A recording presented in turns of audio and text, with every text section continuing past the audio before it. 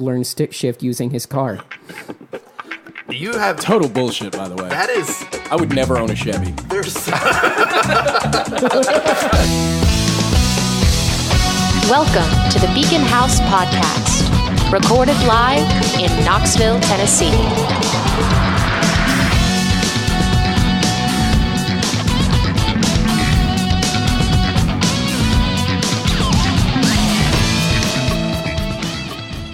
And that's why I feel like every podcast needs a really good supervillain. Adam, welcome to the show. Shit. Changed it on you bitches. Holy shit. Well, Casey, it's nice to see that you've spread your wings. And the person he's referring to, by the way, is Hunter's brother, Adam. He's one of our constant listeners, and he's a big fan of the podcast. In fact, he came in, when we first got in here, Adam was telling us things about the podcast that we even barely remembered saying. So it's an honor to have you here, my friend. Go ahead and introduce yourself to the audience. First of all, I'm really glad to be here with you and Hunter. Casey, you're still a piece of shit. Thanks, buddy. This guy knows what he's talking about. So Hunter's my little brother, I guess, and so I've been following him. And Spencer, I've known. We've played some shows together. That's right. Casey, I just dislike immensely. I just literally, just the sight of him makes me sick. Sometimes you just have to challenge yourself by being around things that are hard for you. I'd like to curb stomp a kitten currently. So Hunter, what's it like being my little brother? Well, our special guest this week is my older brother, Adam.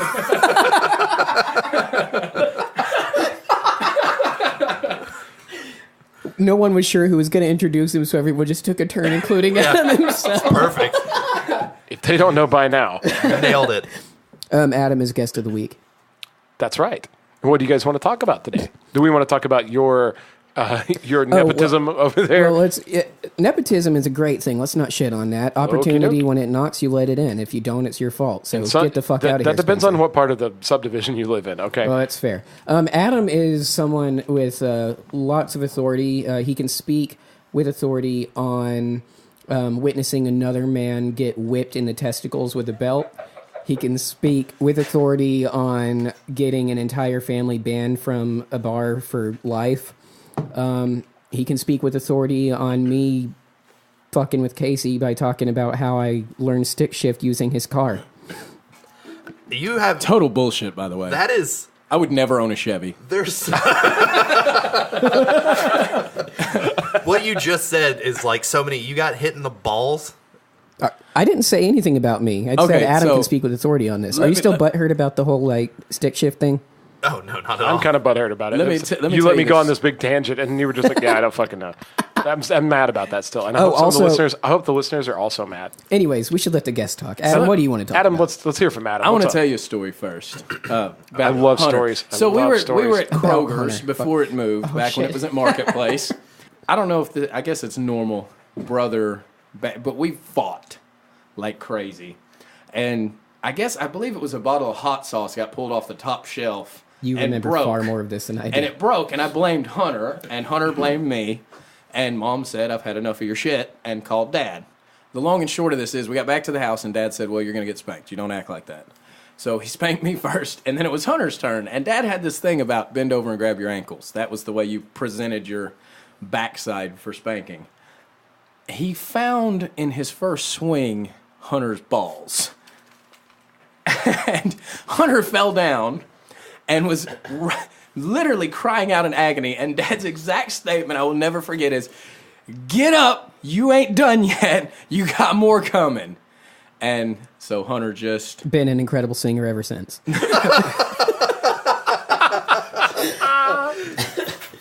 Was it really hot sauce? Hunter broke the bottle and blamed it on his brother, a younger brother should. We'll say that I broke the bottle and blamed it on Adam. Adam remembers more of this than I do, but I guess I was egging him on or something about it still, and then rookies happened. Okay, so... I'm just giving you good seconds. What's rookies? I'm going to give you the quick story on rookies, because we could be here all night with these stories. That's true. The long and short of it is, Hunter said, I've got to go to the bathroom, and because it's a bar, I don't know why Dad said, Adam, you need to go with him. And okay. So I guess he needed help wiping. So like you he guys does were still, at but rookie. We're at rookies. Let me rookies. let me ask a question. Was it the rookies over there in Cedar Bluff? Yeah. Yes. So okay, we're back at the same rookies. Don't go into the bathroom covered in blood. We don't know what he has. That one. Yeah, From yeah, yeah. That the very Valerie well. Yeah. Buckner Tippett episode. where Absolutely. This honestly might have been that night, and she just confused us with somebody else, but we'll get there. I love how it comes full circle. This is amazing. Keep talking. And Like so- the Creed album? At least, I think me and Hunter both need to leave. Okay, so Hunter goes to the bathroom, and I go in, and he's at one stall, I'm in another one. And what I hear is, so how do you feel about hot sauce? And I didn't think it was nearly as funny as he did, so when I came out of the stall, I punched him in the back. Well, he, after being punched in the back, literally army crawled to the table screaming in agony. And I literally love tap like a brother. You guys, just if you have siblings, you understand. Yeah, absolutely. And he Just goes like that. and he's crying, and I'm not. I'm talking like tissues bawling, ice cream, and Sugar free. so he gets, and Dad goes, what the hell's the problem here? Sorry, I didn't mean to yell at that. And That's pretty accurate, though. I'm sure how that's it what went. happened. Yeah. Hunter That's says, how it went down. Hunter says, Adam's beating me up again. I probably said that. I said that a lot. Can we pause real quick? Can you go ahead and imitate it for me right now? Can you put yourself back in that moment, army crawling out of a bathroom and rookies, trying to explain to Dad what happened? Before we do that, can we have Adam actually hit you? Can we all? Now tell Dad. Adam beat me up again. That's all I wanted. That's all I wanted. There you go. Okay, go back. So That's all I Dad wanted. says, "Oh, you're a big man, are you?" And gets up and punches me in the chest. In the chest. I stumble back a few steps, and I get upset. I'm crying, too. I think this is horseshit that Hunter gets off clean again, and I didn't even hurt him like he said. So I sit down, and this guy that saw what happened says to Dad, says to Dad, "Oh, you want to hit a kid? You want to hit your kid?" And he stands up. Well, his buddy is in a wheelchair, and that's fine, except probably not the right time to pick a fight. And the guy starts screaming. Or a foot race. Just We'll get there. not to be insensitive. Just know your place. The guy starts. Jesus. Okay, so, Me- What? Me too. I don't go up for calendar modeling or anything like that. We're all who we are. Okay. I don't. so do, our brother is a United States Marine, our older brother, and he stands up, and of course he's full of bullets and kill you at this point because he's back. I was going to say from- piss and vinegar, but that's much more intimidating. And so this guy's screaming, and the guy in the wheelchair starts hitting himself, and he's "Oh, you want to hit somebody? Hit me!" And he's hitting himself over, and he's rocking in his wheelchair. What? Okay, and I'm concerned he's going to tip over, but I don't say anything. So the guy that stood up and started yelling at Dad, our older brother, stands up and goes, "You're." Can I say it? You can say it. He says, "You're fucking with a United States Marine," and the guy sits down. Well, the guy in the wheelchair is still going on, and Still beating the shit out of he's still himself. and he tells Dad, he goes, "You're just a sorry fat fuck," and Dad goes, "I may be a fat fuck, but at least I can walk." God. Yeah. So Meanwhile, a band somewhere starts playing Love Shack. Yeah. You hear Valerie's he's voice not done. drifting He's not over done. the. Go into so we the all other sit room. down, and the guy in the wheelchair can't let it go, right? So he says, my brother, our older brother, leans over to his, at the time, spouse. I won't even give her the dignity of naming her. It's And okay. I mean, says- slugs can have names. That's She fine. who shall not be And named. says, that was ridiculous. To which the guy in the wheelchair responds, "You want to call me a motherfucker? Call me a motherfucker." And our older brother stands up and goes, "All right, motherfucker, if you're going to talk, roll the roll, bitch." Oh, fuck. And so, for real, not super proud of this story, but No, Hunter it's seems to think bad. it's hilarious. But this is the family I mean, as long as we're being honest about what happened, nobody can fault it. That is the God's honest truth. True. Elevate the game. So Yeah, no 95% of that story was true. 5% of it might have been a little wonky in detail, and we'll leave that up to the listeners to determine which part was. If you none have- of it was that's fair. untrue. None That's of it was fair. untrue. But That's some of fair. it was I just a bit challenge wonky. you, if you have a little brother, to tell me that I'm not telling the truth and he is. I 100% believe you as the little brother. Well, guys, I got a little something here. We can cut Yeah, it. yeah. If we need maybe a topic. Actually, I wanted to keep. I had a story Oh, myself. go on. What do you got? So, first of all, my older brother also It was great. I'm sorry. Top notch, sir. Top notch. I don't know if that came through, but Casey kicked me. my older brother also did wrestling moves and physical harm to me, like would punch me Don't and shit. It comes with the territory. However, he also did the passive aggressive things of like he was watching a cartoon or a show that I would really want to watch, and I'd go downstairs to watch it with him, and he would change it to C-SPAN and wait for me to get bored and leave, and then turn it back to the show he wanted to watch. Brian, if you're listening, I still love you, but more. So I have a funny story about the time that my parents, quote unquote, sold me to the nice lady that was next door, and it upset my brother. No return. Let's hear it. We were camping at Singing Waters Campground in North Carolina. I want to say it's near Waynesville. Is that right? I got nothing. Maggie Valley. If they want to sponsor us, go Fucking for it. Ghost Town in the sky. Well, it actually The is Incline now. Railroad. They're reopening Now it. you can find this place, this Singing Waters Campground. It's abandoned, but you can like walk around as like a ghost town now because there used to be cabins and stuff. So wait, they have 2 ghost towns? I guess, yeah. This one's just not promoted as a ghost town. Shit. But I mean, I was still just a baby. My mom told me the story that she, my brother was just, I don't want a little brother, and doing that whole, childhood rant about not wanting a baby brother. And he went to go play with his friends. And then my grandma took me to go get ice cream because I can have ice cream. I see what he did there. That was slick. It's pretty slick. We'll allow it. Okay, great. And so while I'm gone, my brother comes back and he starts looking around because he knows I can't go off on my own. I'm just a baby. And he's like, where's Casey? And my mom and dad go, well, this great family came by. They looked really loving, and we understood that you didn't want a little brother, so we just let them have him. They really fell in love with him. So That's fucking amazing. And so he started walking around looking for me anywhere I could possibly be and be like, Casey, hello, Casey. And he started crying. Now, I mean, he's a toddler at this point. He's only, I think, 4 years older than me. He starts getting very upset and emotional. And around that time, I come back with my grandmother. And he got, from my understanding, he wouldn't talk to my parents the rest of the trip. He got so mad at them. Shit. But That's a wise choice. But anytime my brother tells me, like, picks on me and makes fun of me, I'm always just like, hey, remember that time you cried because I was sold at the campground? So while Hunter completely paints me as the bad guy, and on the coattails of your story, why don't we talk about the toy aisle at Target and Walmart growing up? Oh. Toys R Us. Yeah. Won't you tell him what happened there, since I'm so awful? Well, because Adam is so awful, if I was preyed upon by people that seem to, by people I mean like 14-year-olds and I'm like 9 or something, that are looking at Nerf shit and I'm looking at G.I. Joe and they think I'm stupid, I'd go up to him and be like, hey, Adam, I just kicked some ass. The end. Bullshit. No, Adam, would you tell us what actually happened? No, because he'll just say I made the shit up. That's like 46% No, but accurate. I would seek Adam out, tell him what happened, and then he would go over into said aisle and have words with them. Just decimate them. Yeah. You just sick him on the... You were the worst little brother ever. But was it true? Like, would you just sick him on random people that didn't do anything to you? No. Oh, okay. Oh, okay, never mind. Because that would have been really funny. I thought that's literally what you did. Is like you grabbed a toy and the kid was like, "I want that," and you're like, "Let me go get my brother." Well, it's like beat you up. It's like the act of diffusion, or the diversion thing, diversionary tactics. So like my friend Adam that we always talk about. Shout out Adam Lutz from the Awakened Church. Yep. Adam, for some reason, Adam and I have been in like grocery stores together before. I think when we worked at Guitar Center, they would go, "Hey, go get some 2 liters of soda for the break room or whatever." So we would be at like Food City or something, and he would always get you really clowning around where you were really just kind of revved up and not thinking logically, like I'm out in public. And he would find like the toy aisle, and he would grab one of those Nerf footballs and just like toss it to you from like a couple feet away.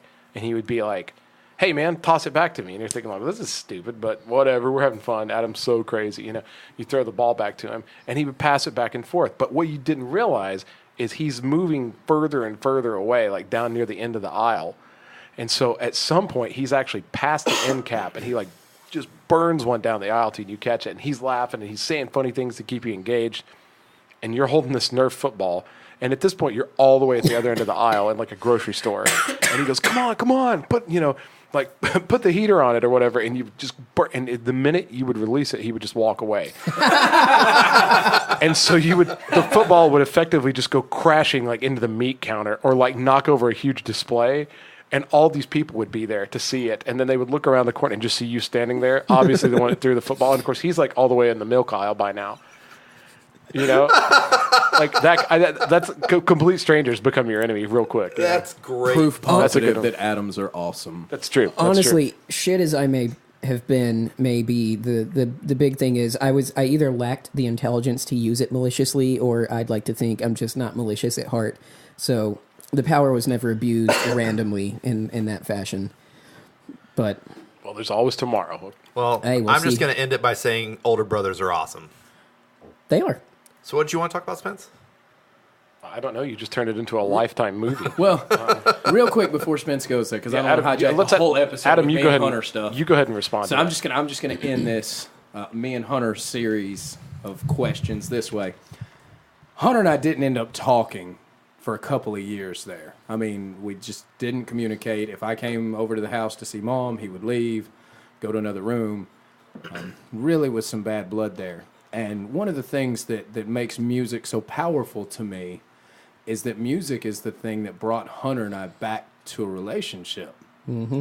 He had written a song, and I had been playing with this chord progression, and it was just kind of innocent that I don't even remember how it happened, but he just said, "Hey, do you want to try to do a song?" I mean, I guess it was him trying to reach out.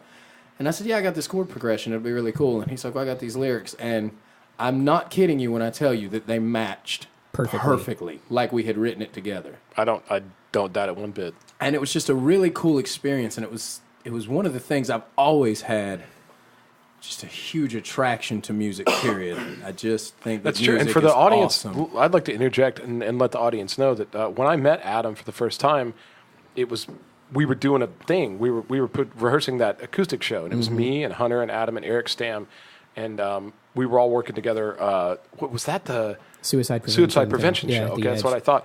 And I never would have guessed, like from working with you two, I never would have guessed that you guys had ever had any space. Like you guys seemed tight.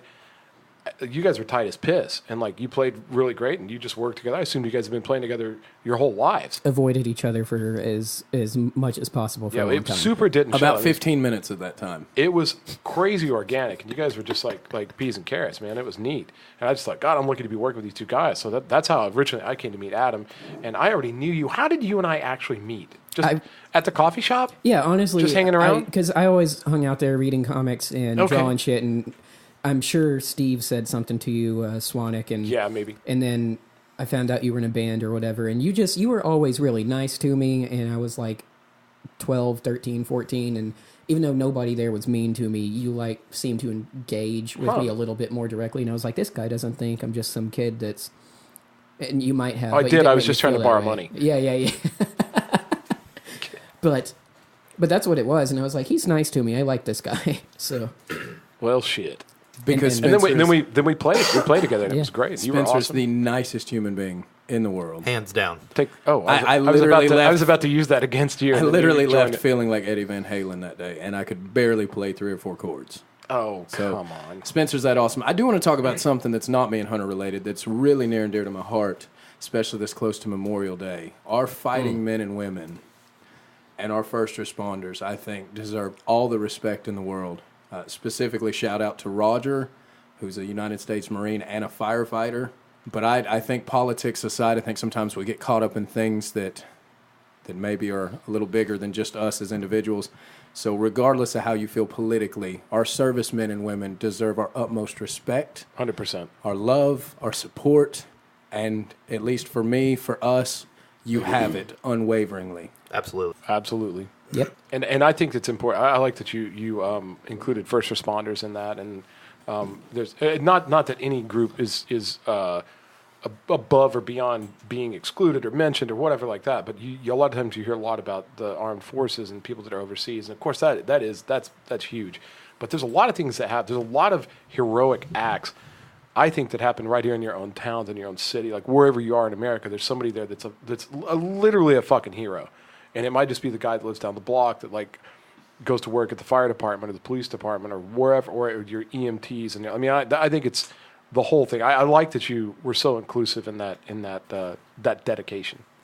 It just bothers me sometimes to think when I'm riding with my older brother, for example, and somebody cuts us off in traffic or is flipping us off, you never know when the person that you're being so sour to is the same person that's later going to save your life that same day. That's true. I mean, you cut them off, and then 2 miles up the road you have a wreck. That's the same guy who's going to pull you out of your car. That's the same guy who's going to hold your neck so you don't know. I mean, I just think that we as a society, I understand that there are a lot of pressures and we're all busy and there's so much we're trying to get done and there's so little. But I just think that we should really be intentional in taking a minute to just really let our service people and our first responders know that we love them and we support them and we're grateful for them. Hell yes. There is a love letter to first responders that Spider-Man comics back in, well, I guess it's still at Marvel. Spider-Man comics, when 9/11 happened, they took a slow break because they didn't know what to do. And there's this one issue that it opens up with a black page. It says something like, we're going to divert you from our regularly scheduled program, and then the issue ensues, and it was the same writer penciler team, and it's this story of Spider-Man's swinging through the city just looking for jaywalkers and stupid shit like that, and then there's this big boom, and he turns around, and it's New York City from the top, like you always see, but you can't see the streets because there's just fire and smoke everywhere, and he looks up, and Spider-Man's super tiny, and he swings over, and it's this story. It's him going to Ground Zero, and Captain America's there, and he's like, I don't know what it could have been like to see this twice, and Doctor Doom and fucking the Kingpin are there, like the big bads at the time, and they don't know what to do about it. They're crying, and there's all these people, these innocent people, like looking, there's this kid looking for his parents, and somebody looks up at them and screams, like, why didn't you do something? And it's this whole thing of like the mythological heroes, and I brought it up because like pop culture is such a big thing now, we're so inundated with it, and Marvel's like the king of everything. The mythological heroes can't stop the real horrors of the world, and the only people in that story that were able to do anything were the firefighters and the police officers and the paramedics, and they were the stars of the whole fucking issue. That's super badass. And all the other dudes are just in the background, and it's going through Spider-Man's point of view, but he's narrating the whole thing. But I'm glad you mentioned. I never actually. I was a huge comic fan early on, and I collected. I've still got a ton of old comics. We should get together and talk about it sometime. I've got boxes and boxes of, like I've got. I'll take them. I don't want to say it on this podcast, but I've got an original, number one of one of those series. But anyway, I didn't. They used to sort of address current events in the comics a little bit, and I never thought, like, I was just out of the game when 9/11 happened, and I never even thought to think, how did they address this? Well, the thing that happened, you can find this on the first Spider-Man movie DVD. They talk about it when they're doing the comic book stuff. But Joe Quesada, who I think at that time had just become editor-in-chief, or whatever, he was a big higher up there. Big deal. Still. They weren't talking about it, and I guess it hadn't been too long after, and he was like, it's just, I don't know, like, what do you do? But then he goes, it feels, Marvel had always been very current, and heroes and their stories always reflected what was going on, and he goes, it feels kind of cowardly and disingenuous to not say something about this. So he approached the writer, J. Michael Straczynski, about doing it, and apparently what happened was JMS said, I don't know what to say about this, there's nothing to say. And then, as the penciler tells it, John Romita Jr., he went home after saying that, thought about it, and was like, well, that is the point, and the point of that issue, you should fucking read it, it's beautiful. I'd like to. I'd really. The point of that issue is there is nothing to say, and there's nothing you can actually do except help. And again, all the big heroes and villains are present in that story, but they're all standing there shell-shocked and don't know what the fuck to do, and the people going around actually saving people and digging them out, and the heroes eventually jump in to help, but again, they're taken aback, and it's all these regular folks running in uniform that are fucking getting shit done and saving people. Amazing. Beautiful, beautiful story. Amazing. And it's all thank you first responders is what it is. That's badass. That's super bad. And what you were talking about, like you said, like a guy cuts you off in traffic, and like that's going to be the guy that pulls you out of the fucking car. You know, back in the 90s, I was riding with a friend of mine, and he spun the car off the road. It was raining, and we were at this real weird interstate exit that curves sharply. We spun around, we flew down a hill, hit a drainage culvert. Car flies up in the air, and then it lands, and I broke my knee, and I broke my back in 3 places. Mm-hmm. And like I didn't know what had happened, and I was just like, "Oh my god!" I got out of the car, I stood up, and then I realized I couldn't stand up, and I fell down. And sure enough, just like you said, 2 or 3 cars stopped. They saw us wreck. 2 or 3 cars stopped, and there was a guy that got out, and he was an EMT. He was off duty, and he came over, and he was like, he had a pen, and he was like, "Follow this with your eyes," and he was like, "Okay, you're not paralyzed, or as far as we think, but don't move." And he totally took control of the situation until the actual ambulance got there, and it was just some guy. And I don't even know the guy's name, but he gave me that pen. He was like, I think it had like an angel on it or something. He goes, hang on to this for good luck, you know. But I mean, like, laying out there in the mud with a broken spine, like trying to move, that guy made all the difference in the fucking world, you know. And if I knew the guy's name today, you know, like, I'd send him a card every year. You know, I don't know if you're comfortable talking about it. If you're not, it's fine. But, and I know you said you didn't want to hijack the whole episode with just story time. But speaking to first responders, and this was long before Roger was even a firefighter, our older brother, but the character of the type of person that does this, because I guess at the time he was just a Marine that had gone into civilian life and was working. But I don't know the story very well, but when you and him and Dad were out of town and he saved that chick from killing herself, that not suicide style, but you know the one. It was just... I don't remember what road we were on. I know that we had been in Kentucky looking at some property, and we were coming back, and I as we drove by, I saw that there was a car off the road in the trees. And I said, oh, God, there's somebody still in there. And so Roger was driving at the time, and he immediately got off on the side of the road, and he jumps out, and I jump out, and we go running back there, and so Roger immediately opens the back door, reaches in and grabs the lady's neck. And she's screaming, and he says, you're going to be okay, you're going to be okay, we're here, you're good. And so I went around and tried to make sure there wasn't anybody else in the car. It was pretty smashed up. Tried to get the seatbelt off her while Roger was holding her neck. And other people were showing up, but people were just kind of crowding in on us. And Roger has a really, really innate ability, which I think is typical probably of a Marine and a first responder, people who have that in them. But he doesn't care who you are or what you think you know or what you really know. When the shit hits the fan, he's in charge, and he'll give you instruction, and you'll, by God, follow it. Sure. And so he starts telling people, back up, get away, you call 911, you tell the ambulance, flag them down, and show them where we're... You do this, and you do this, and he's just immediately in control of the situation. And it was just a really cool thing to see... You know, that's that thing that those people have that I just got to be honest, I don't think we all have. I don't think we all have that go toward the bullets, go toward the fire. And I think that's why it's such a big deal. I think that's why you have, I agree with you, and I think that's why you have movies and stories and fables and legends and about heroes, because it's so uncommon. It's so easy to just hide behind the guy in front of you. It's so easy to just go running from, like you said, from the bullets.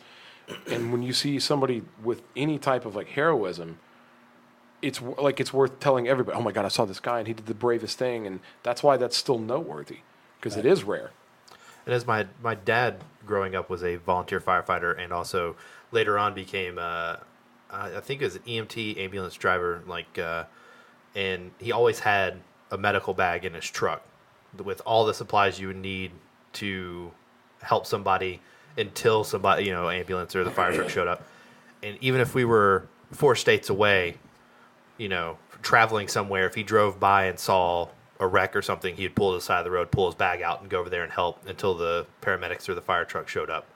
And I think it's that, what you said, that, run towards the bullet, run towards the fire mentality that is incredible and also inspiring, especially as somebody that you can look up to like your dad or your older brother. And not to get kicked out of the podcast yet again, but that is my favorite part of Batman v Superman Dawn of Justice is the shit hits the fan and everyone's running from plumes of smoke, and Bruce Wayne in his civvies is the only person running into it. Because he's Batman. A compelling image, and it's just like you said, we need more of that. We don't have more of that, and you start seeing that kind of stuff, and people will line up to watch. People obviously pay to watch it, so that's a big deal. Specifically on the coattails of what you were saying, Casey, my gratitude extends to those past, present, and future first responders and servicemen and women. Just because you've hung your boots or your gun belt up, we still appreciate what you did when you did it and who you are. 100%. Absolutely. I do have something kind of on this thread that we're pulling on, if it's not too intense a subject. I'm curious about, and I don't want to necessarily pick on 9/11, but I think it's just kind of an easy target, so to speak. When that stuff happens, when those crises occur, I know because I've been in some of them myself. Gender goes out the window. Race goes out the window. All the hot topics for today, all those things that we're so constantly discussing and talking about and trying to navigate with a lot of PC, all of that goes out the window, and we're just people helping people. And I'm just curious to pick your brains. Why do you guys think that so soon, in that moment that exists, and so quickly after, it disappears, and we're right back to the same infighting? And I'm just curious, why do you guys think that is? And just to paint a picture, after 9/11, I didn't see a car or a house without an American flag in front of it or on it. You drive around today, and they're burning the American flag. Yep. And stomping on it and spitting on it. And I'm not trying to be political here. I'm talking specifically as people and Americans. Why, in time of crisis, do we unite that way? And when things are okay, why do we create a crisis among each other? I think that's crazy. First off, before anybody answers, I want to say that that's a fucking amazing question. Mm-hmm. And I would like to just add, I think the reason that people unite so quickly is that because the things that actually divide us, like race and political stance and whatever, and gender bias, or just anything that divides people, I think the reason that stuff goes away so quickly is because it's not very deep. I think it's superficial, and I think there's no weight in any of that. So anything divisive typically doesn't have very big roots. So it goes out the window pretty quick when there's a crisis, and people kind of man up, or at least, I don't know, they drop a lot of those things. Now, I'm curious as to why you guys think it comes back so quickly when the crisis is over. That to me is the big unknown. And that's specifically the question I'm interested in. Comment on any of it, but specifically, why do we so quickly forget what just united us? When did we stop feeling like we did 2 weeks after 9/11? Yeah. I don't want to sound cheesy or campy. I have two. The first one might be a little hallmarky, as you guys say it, and the second one is a little aluminum foil on the head. My first, right when you said it, the first thing that popped in my head is almost going back to the big brother, little brother thing, is if you can pick on Hunter all you want because you're his older brother. You can do whatever you want to. You pick on him, hurt him, and it's fine because you're his older brother and you know you always love him no matter what. The moment someone else does it, oh, hell no. He's your best friend and you're not going to touch him. And I think that's the mentality that we've all been brought up with. And so when someone attacks us, we come together as like big brother and, you know, big brother, little brother kind of mentality. We're all best friends. And the moment the threat is away, it goes back to the same old thing of bullying each other. The other thing I think is the media is so torn all the time, depending on if you watch Fox News, CNN, BBC, Huffington Post. They all have their different opinions, and people only look at one and not all for their singular opinion. Let me jump in and say I think he's onto something there, and I think there's definitely like what the media kind of teaches us to think about. Like one of the things that we do whenever something like that happens is we all go to the TV or the phone and we just stare at something to tell us how to feel, to tell us what's going on. And so after there's a huge crisis like the nightclub shooting or 9/11 or something like that, the TV shows a lot of candlelight vigils. Mm-hmm. And they show people coming together and they show kind of this story because and again, I'm not saying it's not authentic, but it sells a lot of commercials. It's popular. People want to sit there. It's juicy. And then after people kind of start getting used to it, then they go back to controversial stories about people arguing over gender in schools and who's going to use what bathroom, and they get back to whatever's going to pique our interest. And the thing that's frustrating about that is a lot of the time, and this is all news media. Like I usually either listen to all of it or none of it. Like there's no gray area of only picking one or the other. There's not one that's right. But they always do the same thing that I find frustrating, where no one wants to get the full story.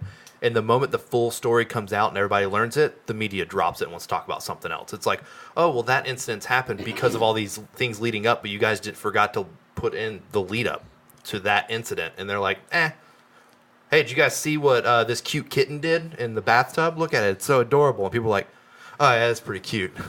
See, I think you're pulling at a right thread. I have two thoughts. One of the things that I kind of see, but I kind of disagree with, is that whole big brother mentality. Because I do agree that when somebody picks on Hunter, that's my enemy. But I also recognize that as Hunter and I's relationship has grown, I don't pick the same way. And I feel like there's a level of education, a level of growth that we as a society, that we as a people, I guess should be working toward. And I just think there's a lot of us, and I know that I was included in this for a long time. Spencer went on a little bit of a tear a few episodes ago about voting and make your own decisions and do your own reasons. And I didn't do any of that. I just went with what my parents said. And so I didn't really have, but my point is, when we do that, we stagnate. We're not growing. We're not expanding. And when that happens, we continue to stay where we've stayed. And I don't think necessarily that just changing a law or changing is evidence of growth. I think it's just doing something different, hoping it works. Growth looks completely different than change. Oh, that's awesome. That's such a good dude. Fucking Yeah. You're blowing me away. You're hitting on so many awesome concepts. And I don't remember where I was going to go from there, so I'll just leave it there while I did something good. Never mind. And I forgot what my second. Good job, was. Spencer. Get out. No, he's good. He's good. He's good. I'll pipe in for a second to maybe give you. Oh, I remember. Okay, just kidding. Oh. Go ahead. Well, to what you were saying, Casey, about the Big Brother mentality, there was a reviewer that went over the Sam Raimi Spider-Man movies, and he was talking about the things that were good and bad about them. The first one came out in 2002, was supposed to come out in 2001, and it was going to end or begin or something like that with the helicopter caught in a giant web between the Twin Towers. That was the teaser trailer. They get rid of that because 9/11, everyone's upset. In the movie, there's a scene that they added during reshoots, apparently, which is when I guess the Green Goblin is going after Mary Jane or something and starts fucking with Spider-Man because Spider-Man's trying to save her, all the superhero shit. And there's this part where he's about to like get Spider-Man real bad or something, and he gets hit in the head with like a Coke can or beer bottle or something like that, and turns around and there's all these fucking people, like everyone that was in a car on the Brooklyn Bridge got out of their cars and got a bunch of shit and started throwing it at him. And one of them screams, you mess with one of us, you mess with all of us. And the guy reviewing it and talking about it was like, that's cheesy as fuck, but people need that. It's there's no, like what you said about I don't want to be cheesy a minute ago. There's nothing wrong with it sometimes. I mean, it's a genuine emotion, and I think the discomfort just comes from the vulnerability that it invites. I 100% believe anybody you run into that pretends that they don't appreciate like a good cheesy montage is just lying to themselves. There's a reason. There's a reason that like Kenny Loggins was hired to write all that music for all those movies in the 80s, from like Top Gun to like Over the Top to like Footloose. All that's like, we need somebody that's going to write a song, like when shit gets really rough in the movie, some guy's going to have to like go through a bunch of crap and they're going to have to somehow find a way to pull it out in the end. And we need a song that fucking sounds like that. And like that, they were blockbusters in a time when you could still have blockbusters, but that's because that stuff strikes a chord with people. To answer the original question, I would say the reason that it reverts back so quickly is also the thing that you brought up, the way the media plays stuff. We won't get into it necessarily because I don't have enough information. And but there's we could do a whole episode on how the media but there's a conspiracy about like some big entity that's running all the media down to the local level and stuff. So if you want to buy into that, if you don't, it's just it doesn't sell because after a point it gets comfortable, which is what you said, Spencer. And ultimately, I think that's what it is we're so comfortable now as a society, which is not necessarily a bad thing. Like it's just blessing after blessing. But what it does is you're shocked, you're scared, and you feel motivated and fired up for like a week.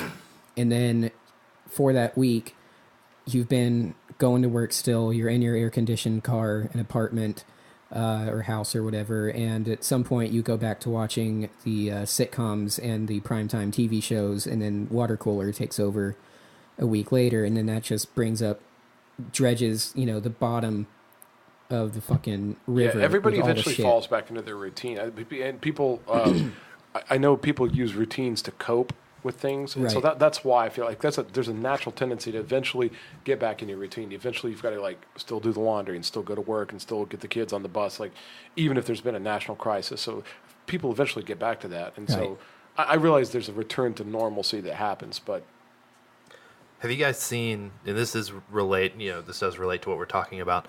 Have you guys seen the new Childish Gambino music video for "This Is America"? I don't think anybody hasn't seen it. I feel like everyone's seen it. You haven't?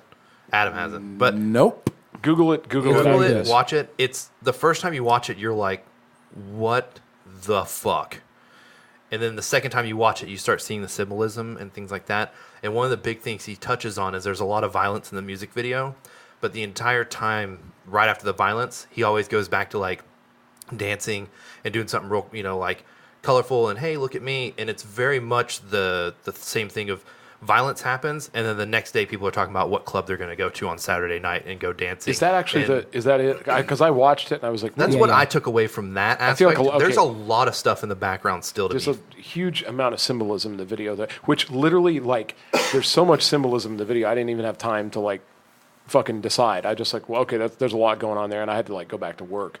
But I hadn't actually heard anybody, like, deconstruct it yet. But that's one of the biggest things I took from it is literally there's something violent that happens. Hearing you say that, I can totally, I totally get it. That totally makes sense. He wears Confederate pants from the Civil War, and the way that he dances is reminiscent of some kind of like racist wood string puppet toy or something that used to exist. And there's the layers go super duper deep. Like layered, I didn't. Yeah. Well, there's also a lot of the dances that he does that like popular rappers and things like that do, which is a call to, something violent will happen, and then the next day someone, drops a new music video and a new dance, and people all focus on that and completely forget about what just happened the day before that they were posting on Facebook about and making a colorful profile picture about. And he shoots the guy that starts pretty playing early at the in the beginning. video. Right, and he does. That's before the song even kicks in. And he does the Jim Crow stance. Yeah. From the picture. There's a lot going on in the video, and I think even if you don't have time to break it down scene by scene, like you said, the dance and the video, and like anybody that's seen it, I think probably thought, oh wow, this is making me think of a lot of things, like stuff I've seen lately in the media or whatever. But I think that it's suggestive of a lot of hot button issues that may or may not, and I kind of like the fact that it's a little ambiguous. And like it could mean a different thing to you than it does to me. And like I talked about how I love it when bands write songs about it may be about a specific thing, but as long as they're not too specific, it's about everybody's life and anybody can relate to it. And I think this video is kind of like that. Like a lot of people go, oh, that reminds me of that thing that I had that opinion about, and it kind of gets you thinking. And the thing is like, in the next year to 5 years to 10 years, there's going to be more and more stuff found in that music video. Like, I don't want to say what I think the music video is about is all it's about. I just think that's a very upfront symbolism, right in your face kind of meaning to it. I still think that if you watch it, there's so much going on in the background. There's so much symbolism going on that even if someone has broken it down all the way, there's still a lot of hidden meanings throughout the entire thing. Do you guys feel like Donald Glover is going to be like the next mega cross-platform star? Absolutely. I kind of do. He's super hot right now. And this week, tonight even. Is it tonight? Well, again, I don't know when you guys are going to be hearing this. There's no telling when these things air. But as we're recording this, I believe the Solo movie is debuting. It's going to be tonight. No, it'll be tonight. This is Thursday. So I heard some people are going to see it tonight. And so, and Donald Glover's in that, and that's huge. And like, not just to be associated with Star Wars, but to be cast. He's a triple threat. That's true. Yeah. That's true. He's an actor. He's a musician. He's a talented writer too. Wait, I mean, he's responsible. Dancer.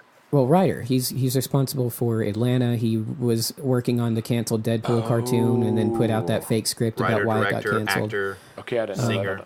I didn't know that. Back the Broadway definition of triple threat was like act, sing, and dance. Mm-hmm. But still, that's incredible. Yeah. The guy seems to be a real visionary, and I don't hate anything he does. There's a lot of people like, oh, they're a visionary, like Kanye West. Again, not trying to polarize anybody or hate on anything. I can't fucking stand Kanye West. I second that. I've heard a couple Kanye West songs that I liked, and just not even knowing it was him, go, hey, what is that? That sounds pretty cool. But then, like, beyond that, the way that guy portrays his image and the way people like get behind him, like, it just makes me sick. To me, I know artists. I'm a fan of real artists, which I do not consider him to be one of. Again, not trying to offend anybody on this podcast. You don't have to give a fuck what I think, but I know real musicians, and they don't act like Kanye West. Mm-hmm. Point blank. So I'm not impressed by that guy. But Donald Glover, on the other hand, has never done anything that was off-putting to me, and the guy seems to really, really be in his element. So I'm excited to see what all he does. The thread that I continue to see in this conversation is whether it's the news, whether it's a music video, whether you're an artist, whether you're four guys sitting in Knoxville doing a podcast, people are listening. No matter what you do, you're on a platform. Somebody is watching. Somebody that's a is good point. listening. If you're a manager at work, people listen to you. So how you talk to them matters. Whether you're a sibling, how you talk to them in this podcast, how we talk to each other before we're on air, after we're on, it all matters. And one of the things that I'm continuing to find myself noticing, especially with my kids, is they're doing what I do. They're saying what I say. I see some of that even with Hunter, whether he wants to admit that or not. People are always watching, and I just wonder if we were really intentional in recognizing that, would we still say what we say, act how we act, do what we do? And I'm not advocating that we not be ourselves, who we are. I'm just saying that sometimes we put ourselves ahead of what should be more important. Of the information. Yeah, I get it. No, that's a good. What do you guys think? That's a big question. A perfect example of what not to do with that, which is what Adam was just talking about. I'd like to think that I would, behave in a more appropriate way, but there's this rebellious fucking streak in me, and if I was conscious every second that more people were watching and listening, I'd probably be intentionally inflammatory just to fuck with them, and not in a mean way, but just, it's weird because I would get mad at college professors that did it, but I also respect it, and I think it's important, and it's what art is to me. You need to fucking challenge established ideas, ideals, and beliefs, and not challenge them with the intent of destroying anybody's foundation or what they are. But if you don't challenge something, then you don't wrestle with it and you don't come to your own conclusion. So, I mean, that's really obtuse and pretentious, but not necessarily. I think it's okay to rattle cages, and I think but that's rattle cages. And you're a rock musician, not solely, but that's your forte. Yeah. And that's certainly my forte. Like I don't do other types of music that well. And there's an edginess to it, and I think your ideas are allowed to be a little bit. I don't want to say upsetting, but it's okay to kind of have like a rogue attitude about some things. Shout out to Floyd and Chains. But I think you should give a shit about the material. Absolutely. I don't think you should just argue for the sake of arguing or challenge for the sake of challenging when you have nothing at stake. Nothing you don't to care. say. It doesn't really matter to you. You just want to be a mouthpiece about some ridiculous idea that you don't even care about. I do have another question for you guys. I really was thinking a lot about this recently, and I found myself not able to do this 9 out of 10 times. I have decided for myself that if I am coming up with a response before you're done asking, I'm not listening to you. Mm-hmm. Oh, that's huge. That's a big. And I'm just curious if you guys have the same struggle that I do, because most of the time I only hear the first third of what you're saying, and I've already decided what your intention is, what your intonation is going to be in the duration, what you're trying to get across to me, what you actually want from me. And I found myself in a lot of cases apologizing to people because I really got defensive before I was ever attacked. I really got mad before I ever had a reason to. And so I'm just thinking, the more we text, the more we email, the less we actually talk. I really truly believe that my kids are going to struggle to communicate, period. Well, that's a big one, and that's always been a big one for me because I'm a talker. I know some people that communicate by talking, and the obvious thing here is when you're talking, you're not listening. Mm-hmm. And I've had conversations, and I kind of got spoiled because I kind of grew up around a lot of dudes like me, kind of like you, I think, or a lot like me, and like we just like talk. Yes, I am. We just keep going, and when nobody's offended, and we just go, yeah, what about that thing? Well, dude, but that other thing, and then, oh my God, this other thing too. Well, then what about these? Dude, tell him, and everybody just talking, and that was a very exciting form of communication for me. It got me in a lot of trouble as I grew older because people would go. Especially people I might have been dating or or bosses of mine that like wanted to talk to me really long, and I would just start talking, and they would go, "Don't interrupt me." And I go, "I'm sorry, I didn't mean to offend you. I was just going to talk to you about this." Well, I'm not done talking yet. My bad. Mm-hmm. I thought we were communicating. I communicate by talking, but it's tough. And you're absolutely right. And also, if you ever talk to somebody, and I'm guilty of this too, but if you're talking to somebody and you can tell that they're just waiting for you to get done talking so they can respond, they're not really listening either. So that whole like knowing when to pause and when to say something is big, and it's hard, especially if you're a talker. It's hard to know when to like pause and listen, and that's definitely a skill that you have to practice. That's not just something that comes natural. I think for me, my biggest problem is for me to communicate. My communication's very based on jokes and shock value, which is probably not healthy. And I probably am calling my own self out on this, but even whether I'm sad, That's a bold mad, move, though. We're all getting super fucking honest here. Well, whether I'm sad, mad, joking around or anything, everything is based on insults. Even if I don't mean to be insulting, I just do it because that's almost like a defense mechanism for me, where I go towards dark humor, shock value. I say, like, if I'm mad at somebody, I spit venom, is what a lot of people, I guess, is the term you use. You say hateful shit that you probably don't mean. You're just saying it to get a rise out of somebody.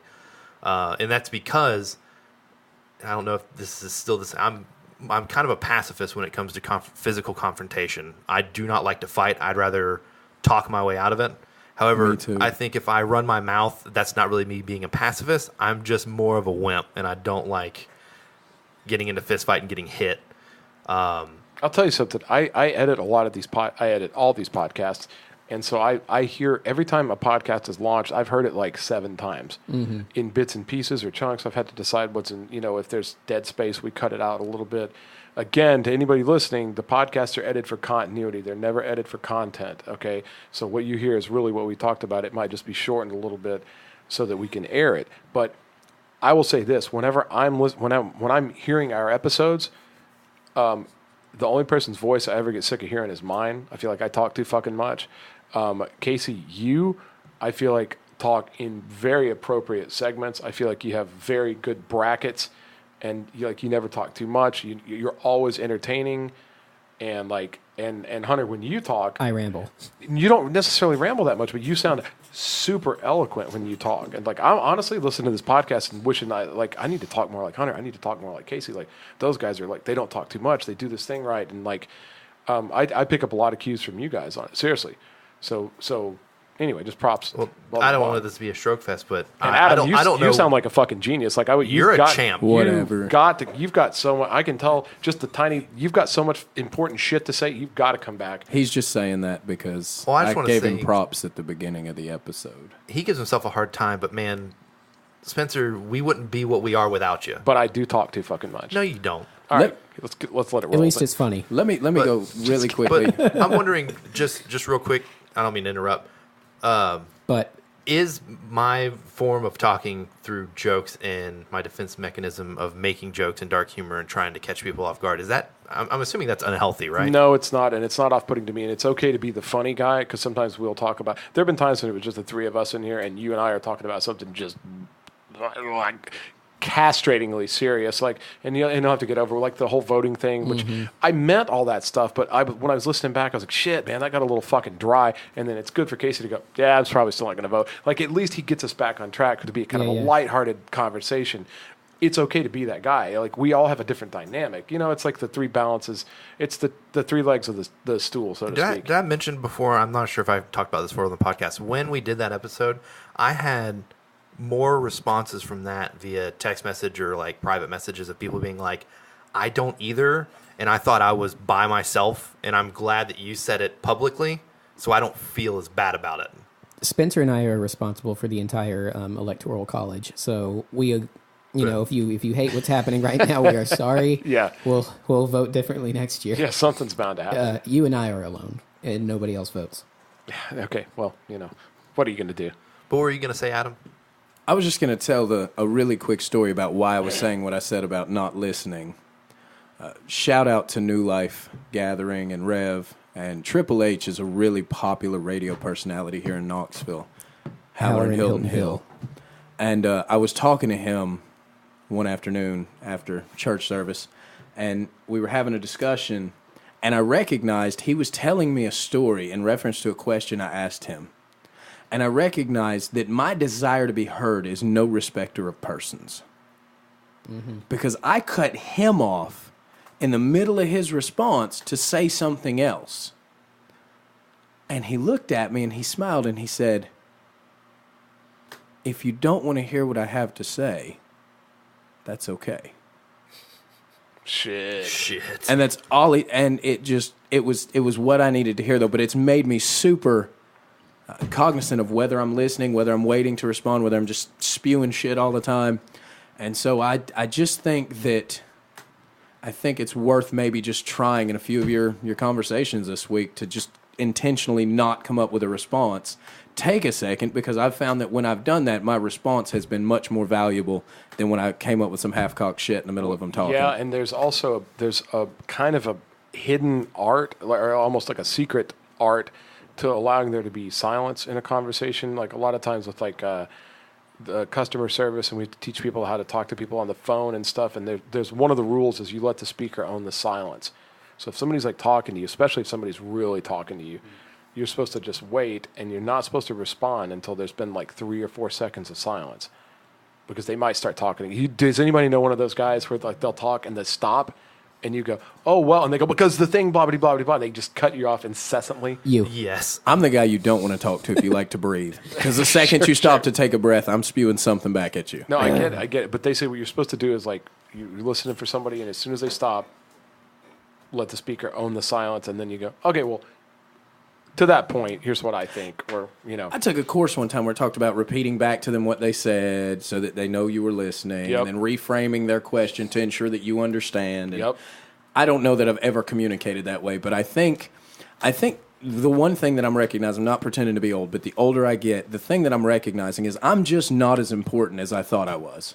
That's a big one for everybody. And I think that if I take that into every interaction, into every conversation, into every business meeting, and whatever it is, I think if I recognize before I walk through the door that I'm not the most important person here, I'm not devaluing myself. I've heard it said just today, shout out to Mark Batterson, who will not know that I ever said his name. He said that humility is not thinking less of yourself. It's thinking of yourself less. That's awesome. Ooh, I like that. And that's the one that I've really been clinging to lately, is I'm not saying that I don't have value. I'm simply saying that I'm more interested in what you bring, and what you bring, and what you bring. And when I've done that, the reaction from people, relationally, business, etc., has been overwhelming. 100%. You become more effective. That shows a lot of growth, and your relationships with everybody will expand through that type of self-realization. That's huge. I think to any of our listeners, we would love to hear what you guys have to say about those exact topics. How do you become a better communicator? When is it okay to shut up? When is it okay not to shut up? That's the inverse of that. There are a lot of people that have been made to feel like what they have to say isn't important, and so they grow up with a lot of communication problems. Like, when is it okay to break out of your shell? Hit us up. So, well, look, guys, listen, we're starting to kind of run out of our time here. Adam, I really want to thank you for coming on, man. Dude, you've been great to talk to. We have been the Beacon House Podcast. It was lovely having you guys talk to us. Please hit us up on social media. And I want to add, we've done a bunch. I want to add one tag, okay? We've done a whole bunch of things where we said, hey, subscribe, like, comment, email. I'm gonna go one step further, okay? Tell a friend. Mm-hmm. If you give a fuck at all, if you don't, none of this matters. You've probably already turned this episode off. But if you're one of our bros, and I know we got a lot of them out there, I want to do a quick shout out to Gabby Palladino, one of my buddies. She worked with me for a long time. She's awesome. She reached out to me this week, and she was listening to the podcast, and she was like, it makes me miss living there and talking with you. It's this kind of stuff we talk about. She said she had a lot to say. Gabby, it means a lot to us to know that you're listening, and everybody that's listening. So if you're one of our bros, if you're one of our faithful listeners, this week, try to introduce the podcast to one other person. And if you can't think of someone, tweet Glenn Jacobs. Yeah, try to get Glenn Jacobs. Thank you guys again for letting me hang out. Oh, we love you. I really love the podcast. You're you guys exactly, are awesome. you are Thank you so exactly much. the guy. You're exactly the guy that I'm talking to. You're exactly the kind of guy, like, you give a fuck. You're in there just like all of our guys. I wish I could name them off right now, but we've gone too long. You all know who you are. You make us who we are. We love you guys. We want to keep doing what you want to do. Reach out to us. And on that note, I'm Spence. I'm Hunter. I'm Casey. And I love you, you, Adam. Oh, my.